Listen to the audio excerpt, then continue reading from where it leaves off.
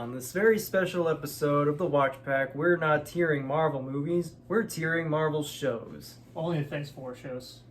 So, the Marvel shows. If you haven't watched our other tier videos, go watch those. We're going to get into it. Yeah, stay if you want, but we'd rather you watch those first. First up, we got WandaVision. WandaVision. Brett, you go ahead, bro. What do you think about WandaVision? It's a B. I had to rewatch this again myself personally, but I remember myself enjoying this. I remember watching the first few episodes, really just the first episode, and I thought, okay, this is definitely a different speed from what we saw after Endgame and whatnot, so I'm wondering where exactly this is going. It did make you ask a lot of questions, which I like. I liked where it was going. I liked every episode was like a decade of sitcom and TV and whatnot, and they embraced the cheesiness.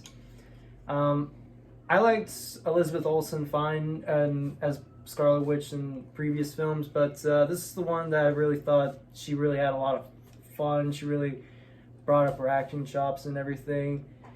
And yeah, when it got to at the end and find out what was happening, it was good. I really enjoyed myself with WandaVision. WandaVision for me is actually an A. All right. Yeah, I think maybe from a writing perspective, it's probably a B. But I think the reason I'm giving it an A is because it's completely unique. There's nothing else in the MCU quite like WandaVision. I always like when something can be ambitious or do something different. And to basically, first couple episodes be like a different iteration of sitcoms, I thought was really brilliant. And I really like that because it's something new. Now, the writing itself maybe not be that great, but you're engulfed. That's a series where you're engulfed from start to finish because you don't know what to expect. It's also one that you might have a lot of theories in your head, but then you're proven wrong in the next episode. And sometimes that kind of falls flat where you get to what it actually is. You're like, oh man, that's disappointing. Like Agatha, I thought she was a villain for a while. So when it came out, that doesn't hit. But I think it's an A just because it's so unique. That song I think it's an A simply because it is so unique. It was the first Marvel TV, of the MCU TV series. And so I think Agents of S.H.I.E.L.D. It had a really hard job, but I think it did it very well. And it kind of shows that MCU TV shows can work. And I love White Vision, by the way. He was really cool. He's dope as crap, and I'm kind of sad we haven't seen him since then. Yeah, this was pretty much the start of Phase 4 was WandaVision, and we're now in the middle of Phase 5, not even a mention. It would be an S for me if the writing was better and the twists were better and it was more well executed, because it does a weird thing of that they try to make you sympathize with Wanda, but she literally held all these people captive. But it's trying to make it seem like she's kind of a hero because she lets them all go and accepts it. But you did all that crap, you're definitely not the hero. So it had this weird angle trying to make you sympathize and with her, but by the end of it, it's bro, you're kind of a monster. Also, and especially she goes to do what she did, and by the end of the show, it's she's supposed to accept everything, but then she went and does what she does in Multiverse of Madness. So also, for me, it was good enough, but for me, I'm looking at all the stuff with the sitcom stuff. It's the writing when it's just the sitcoms wasn't bad, but it's obvious they're they're referencing shows like Dick Van Dyke and Lucy. Yeah, and I Love Lucy and Malcolm in the Middle, and say what you want about all those shows, but they had really good writing, and this is whenever it's the sitcom, it was good. It was okay writing.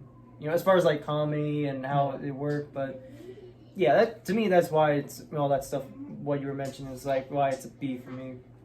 What about you, Ethan? Solid B. I agree with Brett. The only reason it's not an A for me personally is because I feel the big kind of climactic battle at the end, I feel like it wasn't really needed. I feel like this is a show that didn't really need to have a big MCU battle at the end of it. I feel like it doesn't really have a whole lot of payoff. It doesn't look that cool when her and Agatha are just blasting each other, and she has that moment where she's where she where she figures out the wards or whatever, and she's kind of oh, gotcha or whatever. It's just really not that exciting or cool. I feel like they could have found a better, more different way of resolving the conflict between the two of them, other than just them going at it and just having Vision go at it with himself. White Vision was really cool, but I really liked the different feel of the show, where it was kind of more of like the suspenseful thriller the whole time. And I really praise Paul Bettany's acting in this. Actually, that kind of paranoia, like I was really feeling it for him the entire show, where he really just felt like he was crazy every day, and his partner, his wife or whatever, was straight up like, no, we're good, everything's fine, and he's like, no, this is not right. It's like Stepford Wives almost. Yeah. And another reason it's not an A for me is because it was kind of weird, like you said, where they kind of wanted to make out her to be, the main character, the hero, when she's not. I feel like if they would have leaned more into her being like this monster, this possessive person who's trying to keep this world together despite what everybody else is going through, despite the fact that she's driving everybody else mad and crazy, like I feel like if they would have leaned more into that and just been like, yeah, this is a villain show, this is her show, and this is what it is, I think it would have definitely been an A or an S tier. But there's just a few things that fall a little I respected B rating. Also, just minor thing, doesn't really change anything, but I kind of knew when we saw the Fox version of Quicksilver that it wasn't going to be the actual Quicksilver. But but at the same time, I thought it would have been a little more than just a boner joke. Like, that's the one thing that B for boner. I'd say that reference itself is definitely worthy of being an F tier reference, because it's just a terrible throwaway joke that doesn't really do anything. It's not even funny. It's like a non-reveal. It doesn't add anything. Yeah, and when they could have just put him in the movie, like they're already doing that with other Fox characters. They could have just put him in the show. And it would have been, probably something substantial, actually good. And maybe that could have been like, link up to Multiverse of Madness. Like, it could have been the actual Fox Quicksilver, and that's her tapping into the multiverse, and that could lead into Multiverse of Madness. I don't know. I'm going to have to change my ranking to a B. I'm convinced. I forgot about the Ralph Boner thing. And I think you really convinced me, because I'm remembering the last act of it, like going away from the thriller aspect into just the MCU formula. Yes. And I think that definitely brings it down to a B. I have to change my ranking to a B. Mm-hmm. But that Agatha song really hit. I'll just say that. It is. It's a fire song. Yeah. So all right. And I killed Sparky too. Oh, yeah, we're gonna say that's a B. We're gonna move on to Falcon and the Winter Soldier. Me? Sure. It's a C. See, this is one that I thought when I saw the trailers, and because I like these characters so much, I'm like, this about the A material.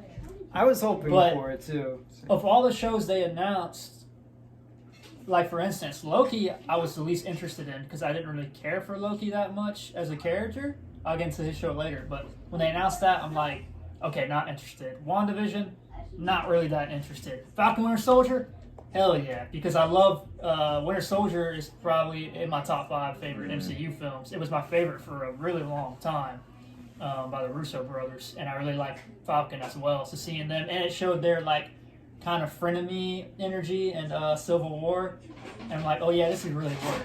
But it's pretty clear the Russos weren't in this one. Yeah, but the show is like, it's oddly paced. The villains you're supposed to feel sympathetic towards, but at the end of the day, they're just terrorists, so you really don't. Mm-hmm. But it tries to sell you, and then Falcon gives this weird, like, you could do better, Senator, speech. It was very, a lot of politics intertwined in the show that I think were unnecessary, of someone that was writing it had an agenda where they had something they wanted to say, which isn't necessarily a bad thing. But I like when someone has something to say, but they do it in a way that is kind of smart, or you can understand the message without them just telling you what the message is. That's lazy writing to me, and I don't really respect that. Now, I will say, I did like U.S. Agent a lot. Yeah, he was actually a lot of fun. The scene where because I was like, oh, that got really brutal, and he killed the dude with the shield. Yeah. So I'm a big fan of his character. And you don't even see it. Yeah, but like, some of the effects weren't that good, and then they made Baron Zemo just goofy. Mm-hmm. Like, he's just not a joke. When he was like supposed to be kind of menacing and like manipulative in Civil War, but then they just kind of take him to joke territory. And I didn't buy Sharon like all of a sudden just being like this villainous character. Yeah, I think the writing is the biggest problem I had.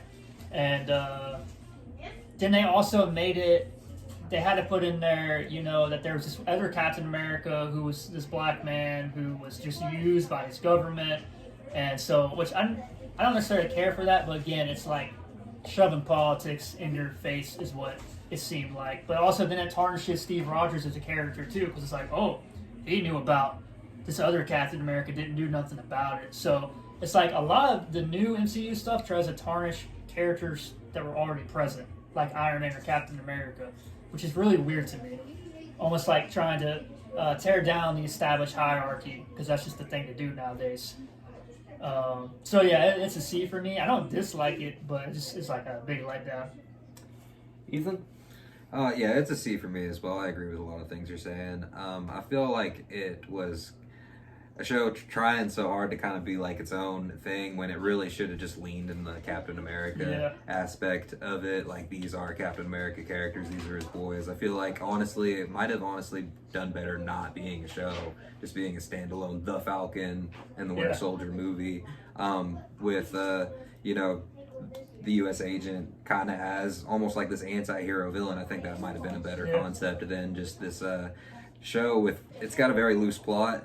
And when it kind of all comes together, like similar to WandaVision, there's not a lot of payoff when you finally see Falcon in that suit and he just flies in and takes them all out. It's very short, it's very quick, and it's not really what you're wanting out of a Falcon show. When you get that very first scene in the show where he's flying and he's taking stuff out in the air, that is super cool. That's what I want to see when I'm seeing, the Falcon or whatever. But then you just get him on the ground most of the time, just kind of running around with Winter Soldier. They're running away from everybody because they're like fugitives and stuff. And it's just kind of weird. See, for me personally, I don't disagree with what you were getting at with the ending, especially when you were talking about like that preachy speech that he had.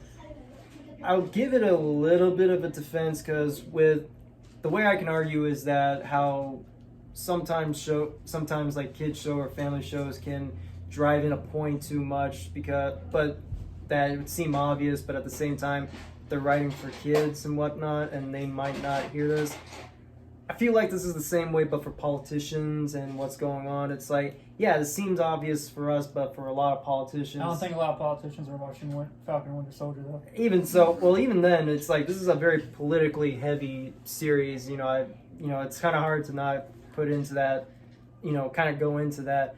But for me, the biggest thing that kind of makes it a C is that I like the first earlier stuff at the beginning. I like it where it ends. The middle just drags.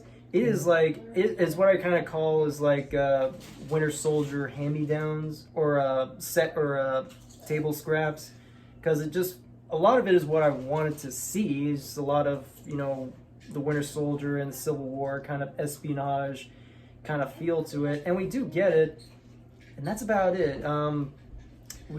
For me, it's like the only thing silly about Zemo was that stupid dance, but even then, he leaves pretty quickly, just as quick as he enters. I don't see that change in that villainous look that she gave throughout. And it's a C. You said C for you? Yeah, it's a C. Okay. But yeah, it kind of tells us how we think about the actual villains of the movie when we're not even, we haven't even mentioned them. I don't hate the villains. I can see where they're coming from, but they just leave not much of an impact that I think they're wanting us to take out of it. And when you see them die and everything, I may have to rewatch it again. But when you see the leader of this heavy group or whatever die at the end, it's like I don't really feel anything here. Yeah.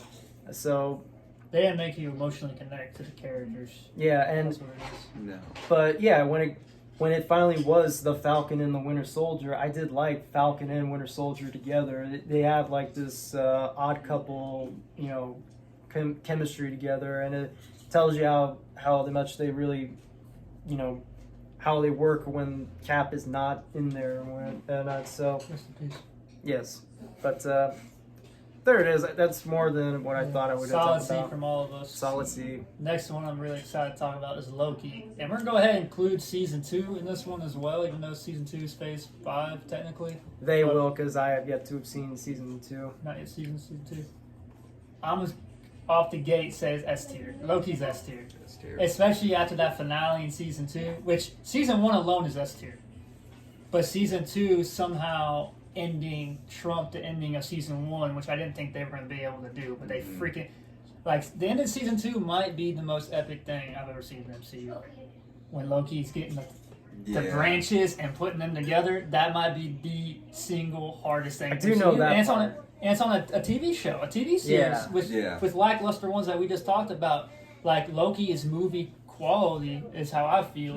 Like, the storytelling is super intelligent. It's perfectly paced. It's great acting. It's emotional. There's high stakes.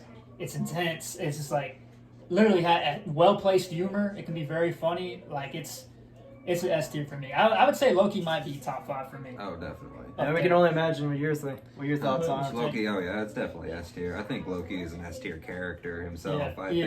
Yeah, for sure. After this show, for sure. I think he's definitely somebody that kind of really embodies the MCU.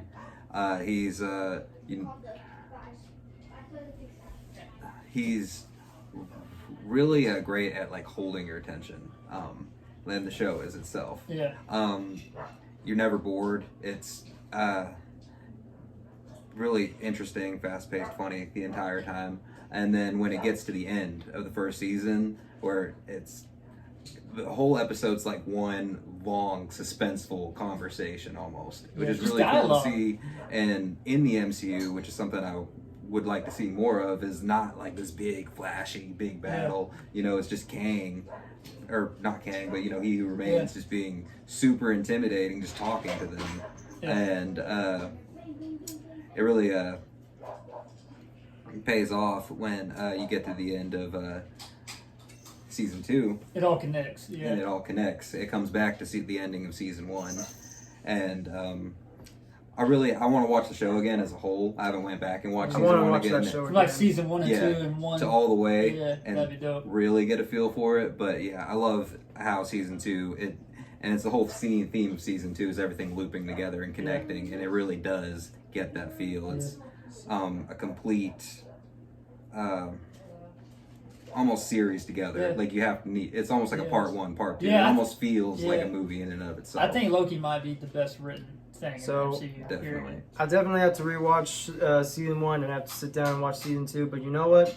You guys convinced me to give Season 1 an S tier because the more you guys talk, I was gonna give it an A, but the more I hear you talk and the more I remember back on it, this really is S tier worthy. So and all I can think about is stuff from Season 1 is like him with the female variant of himself and going through all this. Sylvie. Yeah, Sylvie. And then him seeing like all even more variant versions of himself. Like one is like dressed up like in comic book accurate Loki, one's a little kid, one's an alligator, and just seeing all the stuff that goes through, it's like this really is. Also, Owen Wilson is maybe the best character in the show. Yes, Mobius. I can agree on that. He's definitely. a G, man. But yeah, definitely S tier in my top 5 for sure. Oh, and him and Loki looking at the time that would have happened, and him seeing himself die, by Thanos' hands, and then the scenes of him seeing all the Infinity Stones, but they're like paperweights and everything. It's like, this is like, wow, this is a lot more of like humility for this kind of character than he ever did. Right down to the fact when he gets there, when he gets to the TVA, he's like saying like, I am Loki, burden of greats, whatever. And then they just strip him down, figuratively and literally down to everything. So it's like, okay, I'll give it that. Oh yeah. Yeah, Loki S tier. I can't wait. Well, I don't think it's going to be Season 3. I think it ended. I think one of the best endings of the MCU for sure. Next up would be what if ... question mark. I'm giving this a C. It's a C. I might have to, again, it's another one I have to rewatch, but for when it was fun, it was really fun, but that's really all I can say about it. It just seemed like it was more of it's just let's have fun, let's not worry about anything else, you know. Up until at the end, where they started to link all the different versions, which I liked. I liked that it wasn't just another Twilight Zone where it's like these different stories. There is a linking arc to it all. But I guess for me, the stories that they tell, it's like some are better than others. Yeah, it's inconsistent. Definitely. Like a really great episode, and then it's like, I don't want to watch that again. Yeah, like I don't know how you guys feel, but for me, the zombie one was fun, but that's about it. Mm-hmm. And Doctor Strange one was probably the best one. Yeah, that was the best one. That was. Anyone else thought that was going to be the evil Doctor Strange he was going to interrogate? Like that was going to link it up, and not to say the movie was bad because it didn't have it, but it was just interesting that. Yeah. But yeah, just seeing all the alternate times where he's trying to not have him killed and everything, not have her killed and whatnot, and having him see the Watcher, and just end on a bummer ending, which that's usually always the best way to do it. My biggest critique of What If is that I don't like the animation style at all. Mm-hmm. It's got a very distinct visual, and some people might like or think that it's artsy, but I don't care for it. I just don't like the way it looks. It's a hit or miss. It kind of feels like it's trying to do what Spider-Verse improved on, where it's trying to do like it's trying to be like 2.5D-ish sometimes, and sometimes the creative choices don't really work because you have like characters, like say you have like characters like us that are in the foreground, that are moving like fluently and whatnot, but then you have background characters that'll move like very choppy, almost like a very low res Nintendo game and whatnot. And then you again going back to the evil Doctor Strange episode, again they're moving like very fluidly, but they also have like edges, they have outlines, so it kind of looks like they're hand-drawn characters. But then when he's conjuring up like demons or whatever, they look like out of like an old 90s CD-ROM game and whatnot. C tier, definitely very hit or miss with every episode. I will say Infinity Ultron, absolutely terrifying. I forgot about that. Absolutely terrifying. He might be A tier worthy. Yeah, he is intense. But other he's cooler than that, Ultron himself from Age of Ultron. Yeah. And it was a nice touch. It would make sense why, but it was a nice touch that it's Vision's face, but it's still Ultron's voice.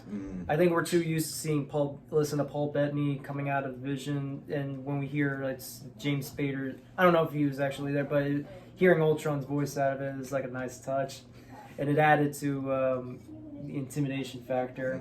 And when he just splices Thanos in half, and you're like, what? Yeah.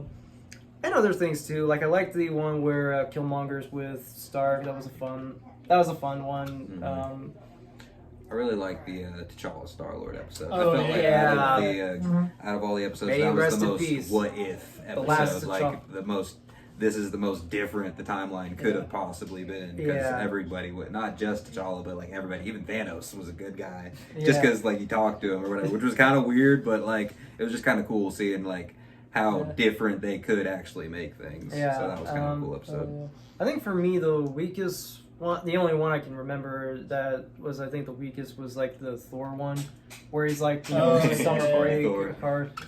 And then you have like Loki is like an ice giant and everything, and they're all totally fun. They're totally whatever. Although I gotta ask, like, because at the last one when they're fighting like Ultron and whatnot, and they're bringing out characters from the previous episodes, there was like they mentioned like there was one episode where it was like Tony and Gamora, but she has like the Thanos armor. Like, did I miss an episode? Like, where that? Nah, it's I don't remember. It was supposed to be. It's like supposed to be a planned episode, but it's gonna be in season 2. But they never. I don't know. They didn't finish it in time, or it didn't fit right in the slot, something like that. But which is also another reason it's C tier. It's very kind of messy, disorganized. And Captain Britain, Captain America. But that was another fun one. Again, like the episode's just very hidden. It just depends on if you're up for this change up or not. I think so. Definite C tier. Next one would be Hawkeye. Now this one I think is the second best series under Loki. I'm giving this an A. Yeah, it's also an A for me. Yep. Yeah, it's crazy. It's a B for me. Really? I want it to be an A. Maybe y'all can convince me. And I rewatched this series a couple weeks ago. But there's an element which it's gonna sound really stupid to say because it is a TV series, but there's a very TV series element in there that's very apparent that I don't like. Whereas Loki really feels like a movie, whereas Hawkeye does feel like an episode of the week type situation. So I think that's what keeps it from A for me, even though it is my second favorite series under Loki. For me, I know where you're coming at. It feels very TV-ish. For me, I don't mind because with Loki, you're talking about like the Asgard god of mischief. Right. You know, he's thinking like this grandiose kind of, so you want like a grandiose kind of feel. I like this because it very much is Hawkeye as a show where it's a very... I get that. It's very like, you know, I'm blanking on the word. It's like very, you know, so be it kind of attitude. And the fact, and I'll say this, it is a very, out of all of them, this does feel like the cheapest of them all. But that kind of works to his advantage because you can tell like he's just sort of like scrapping around, you know, all the things that he's doing. Because you just feel him, he just wants to get back to his family to celebrate Christmas. And this is just, you know, spur of the moment, you know, kind of deal. Like, there's a whole scene where they're fighting and he's talking to the female Hawkeye. Kate Bishop, thank you. Where the bad guy is with them. It's like, I know, he's right here with me. And he just goes, well, then who am I fighting? And then he that's sort of like how I feel like throughout the show is. It's like, well, what is this going on now? What happened here? And it's just the right kind of fun, you know, for this kind of I character. think what stops it from being A, and I really love the show, but what stops it from being an A is the probably the ending. Like the last episode, in my opinion, with Kingpin and all the craziness going on, and also Yelena just came off as kind of dumb to me. Where I really liked her in Black Widow, but she's so like bent on this revenge. But you got to think like, if she really knew her sister, everything she went through with Hawkeye, being in the Avengers and everything, where she was just so quick to be manipulated and just like, you killed my sister. Like, it seemed out of character for her from who I saw in Black Widow. Like, she's a lot smarter than that. And so I guess I found her trying to kill Hawkeye was kind of like, I didn't buy into it because I'm like, I don't think she would really do this. And then to the point where she's like beating him and he's like letting her beat him. I didn't really care for that scene. Or how Kingpin, it took them all, the whole series to finally reveal him and he got beat by like Kate Bishop. Like, come on, bro. I think that's the only thing that keeps me is the very ending. But the ride through the whole thing, like Kate Bishop might be my favorite character. She's a lot of fun. She's probably my favorite new MCU character. Like in the later phases, she's freaking awesome. And it helps knowing that she's played by a great actress. Yeah, like, Gwen Stacy and everything. Her and Jeremy Renner were like freaking great. Yeah, that whole scene that whole one shot where they're in the truck and getting away from the jumpsuit gang or whatever. It's like, hold up, the tracksuit mafia. Okay. Come on, man. Oh, that was your Peter Tingle, by the way. Anyway, yeah, that whole scene was a lot of fun, and just hearing them talk about all the stuff. No, I gotta defend this because you're trying to equate it to the Peter Tingle that is really dumb. I'm just making a joke. I'm not okay. Really. Because I'm about to say tracksuit mafia is a real thing in the comics. No, I know that. You know, I just got it wrong. I'm just being a bitch about it, whatever. Okay. But yeah, them fighting with the tracksuit mafia, that was a lot of fun. Them talking about, you know, all the stuff like, you know, hey, you should get a boomerang arrow. Why would I need a boomerang arrow? You know, that's really where a lot of the Marvel comedy does work. You know, that car scene is crazy too. Yeah, they're in the car. I watched the making of Hawkeye. Mm-hmm. If you watch that, you gain a whole new appreciation for the show. But they even made this freaking thing to where they were really going in the car and they had a 360 camera going around and they were like doing those freaking stunts and crap. Yeah. So yeah, that seems crazy. Yeah, so that's all. There's not a whole lot going on, but at the same time, it's sometimes you just don't want a whole lot to go on. You just kind of want to enjoy the ride and whatnot. So, and I guess I will agree. You know, they built up Kingpin and they built up. It's always fun to see Vincent D'Onofrio, but at the same time, built up only to have like a couple of scenes and not having him do much in it either. Hopefully with Echo. Oh yeah. Yeah. Hopefully. Slap. So we'll see. What about you, man? Yeah, it's a A tier for me as well. But I think it's just a great, fun Christmas show. To be honest, it's just good. It's good a fun show to watch on Christmas. But yeah, I kind of agree. The only thing keeping it from being higher for me is the Kingpin thing. I feel like his writing was just a little weird for the character. He was cool. I loved Echo, and I loved her whole Echo thing. is a lot of fun. Yeah, she's awesome. See, that's also keeps me because I don't have the same opinion of Echo. Where she was interesting to me. Like, she was just this rageful monster. Like, that was it. Like, there was no... I'm hoping Echo, I can already tell from the trailer, made some more depth to it, but I was never really sold on her, because she was just like a one emotion character is how I felt, unfortunately. I could see that. Yeah, I could see that. Yeah. The only thing I'll say is, actually two things. One, I know something... what works in a comic doesn't always exactly translate well into movies, so I understand why they make some changes. But at the same time, I really liked the purple suit that they gave Hawkeye in this one. The purple looked good in that one. I kind of got why they didn't... I got why in Avengers, it was just like the regular black shield suits, but he stood out from the rest, enough so where it was alright, but... it was just fun to see more of that, that purple, in there. And they didn't go outlandish. They didn't give him like the Wolverine headpiece or whatever. And just the only other thing is a fun little tidbit is just seeing Rogers the Musical, which I... oh yeah, that's dope. And seeing the whole thing at the end of the last episode, that really, what they said, it was a nice little gift for Marvel Studios. So, that's all I have to say about it. I respect y'all's ranking. I wish I'd give it A. It'd be a high B for me. There you go. I think after Hawkeye, it's Moon Knight. I let you guys do it because I still haven't seen Moon Knight. You haven't seen Moon Knight? I still haven't. I've seen the first episode with you, but I still haven't. Moon Knight falls in the same category as Hawkeye, where I want it to be A tier. I want it to be A tier, but it's a B tier. I'm sorry, it's a B. Because there's too many problems with writing and story beats, but it is so good though. It's right under Hawkeye for me. It's Loki, Hawkeye, and then Moon Knight. But Moon Knight himself, played by Oscar Isaac, is a great freaking character, and Oscar playing the two different personalities throughout, he's freaking great in it. But it's a solid B for me. I'll say high B. Alright, yeah, no, I gave it an S tier, to be honest with you. I love Moon Knight. I absolutely love this show. I love all the transitions when he's switching in between his two alters at first and he has no idea. Those are all really cool. I love the dynamic that he has with himself. Like in the episode where you finally get Mark and Steven together and he's literally playing off of himself the entire freaking episode. Yeah. That's wild. Moon Knight is a great character. And I feel like they really did him good service in this, and I really liked the villain Ethan Hawke's character.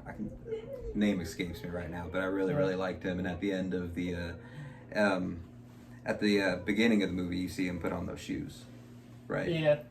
And at the end.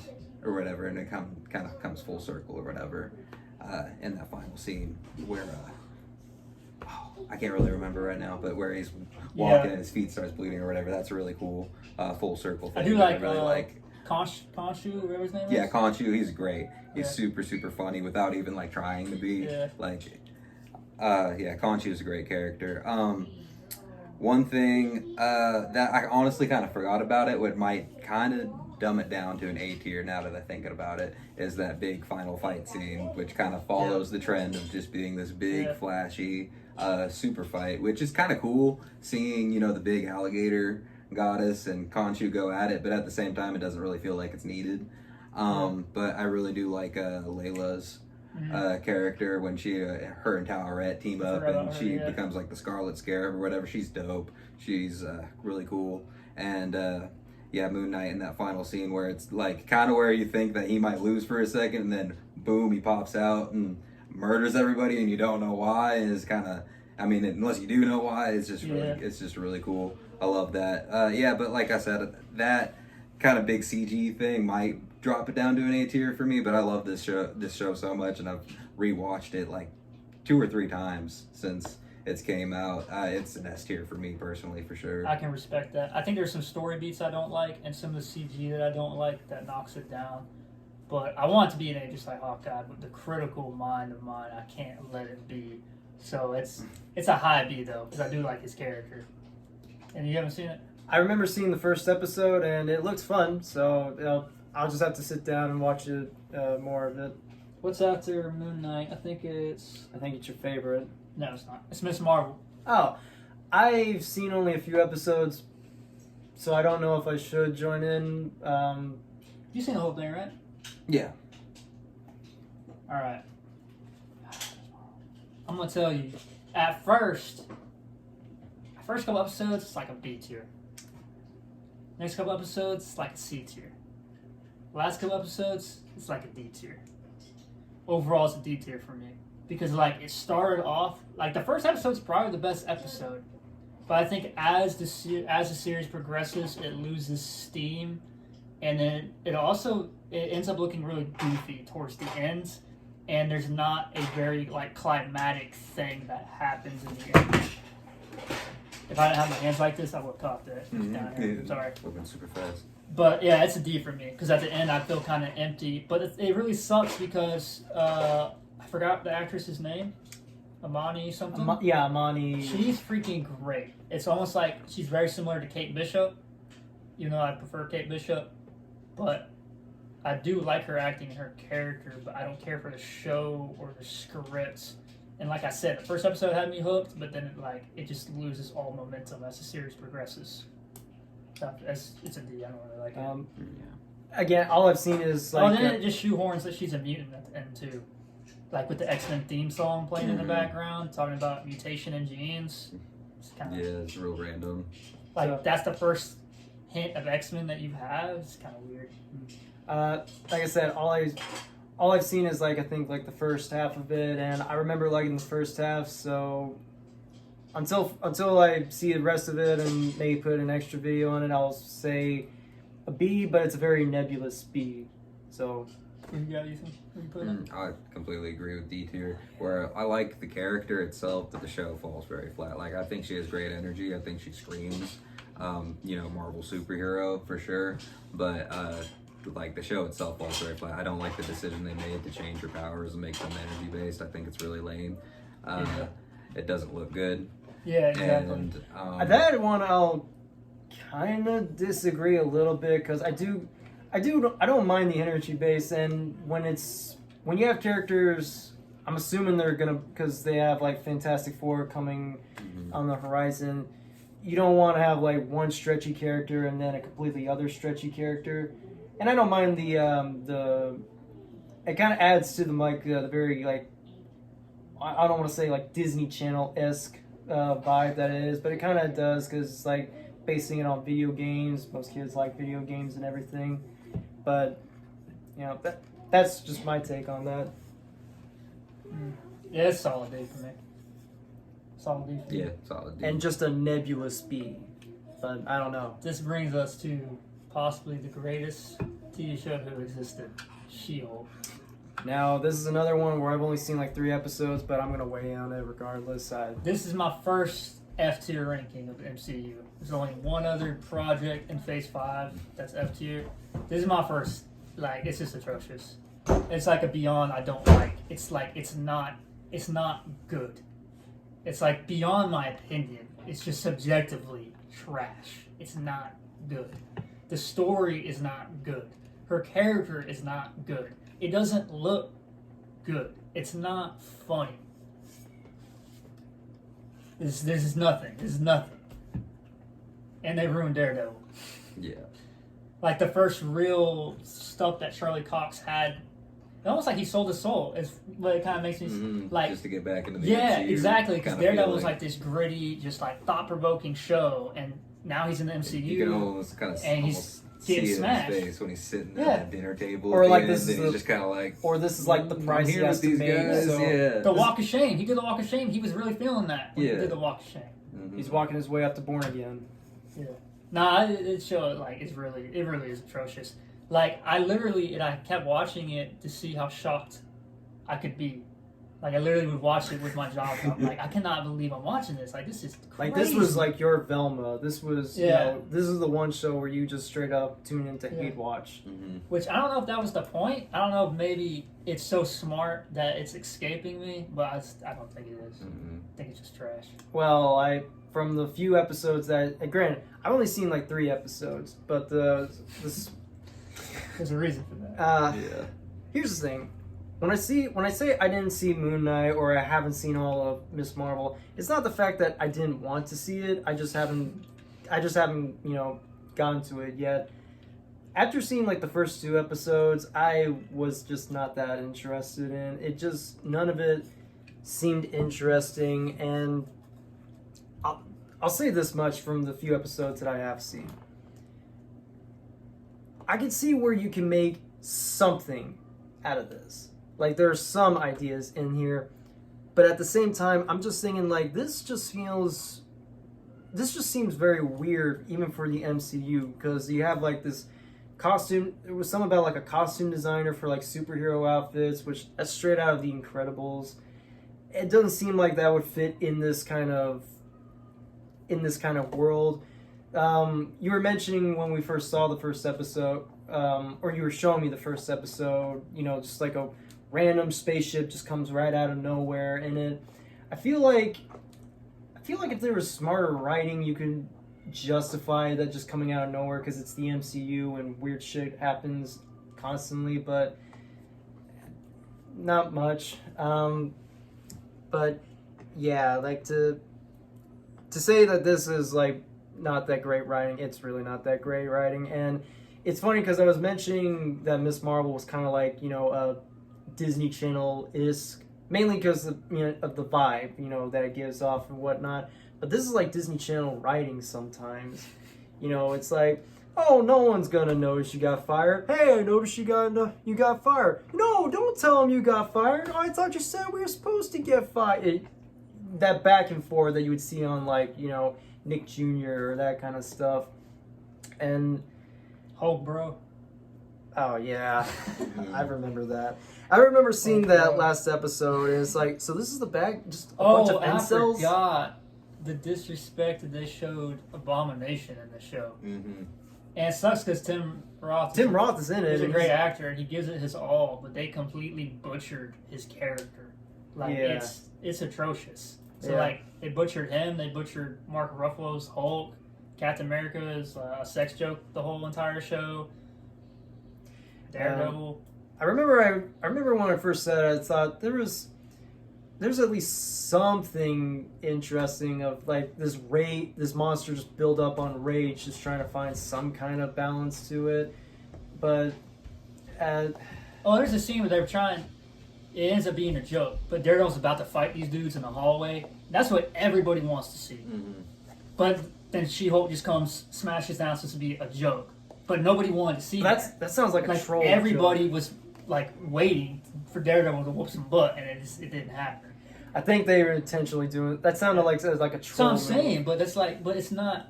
I can respect trolling if it's done like funny, but it's not funny. It's like infuriating. We wasted all this time for Charlie Cox to come back, and this is what. Plus, a lot of people were tuning in the show just to see Daredevil because they said that he was going to be in it. So it's like they strung you along. Well, he was in it, I guess. Yeah. But all I can really say, last thing I can really say, actually a few things, is that when I tuned in to see the ending with you, and I was just like, so this is the bad guy, just a bunch of incels? That's really what it was. It's like, come at me, bro. Yeah. That looks ridiculous. And a part of me almost has to admire the balls that they chose to end it the way they end, where it's like, going to Marvel Studios breaking and the fourth wall. Yeah, but at the same, But at the same time, this is kind of like, it's almost like what if. Like, I don't see, I mean, with what if, you know, it's like alternate multiverse kind of stuff in the multiverse saga, but I'm like, I don't really see a whole lot you can really add into like the whole, where this is all gonna end. Like, where does this lead to and everything? This just seems like them just messing around doing nothing. And I guess, you know, the only thing I can really say left is the alcohol joke and whatnot. Makes no sense. Yeah, which, and I even remember there was the one moment where you were trying to make me remind you of you were trying to get me to tell you the joke about with Captain America having sex with someone, and I just looked at you, but she's pretending that she's drunk. He falls for it, but he knows she can't get drunk. He's the one who told her you can't get drunk. Yeah. Yourselves. And it was explained in the next episode that when he's human, you get drunk. But in which case, why don't you just explain that in the episode you're working on right now? Like that way it wouldn't be as confusing and whatnot.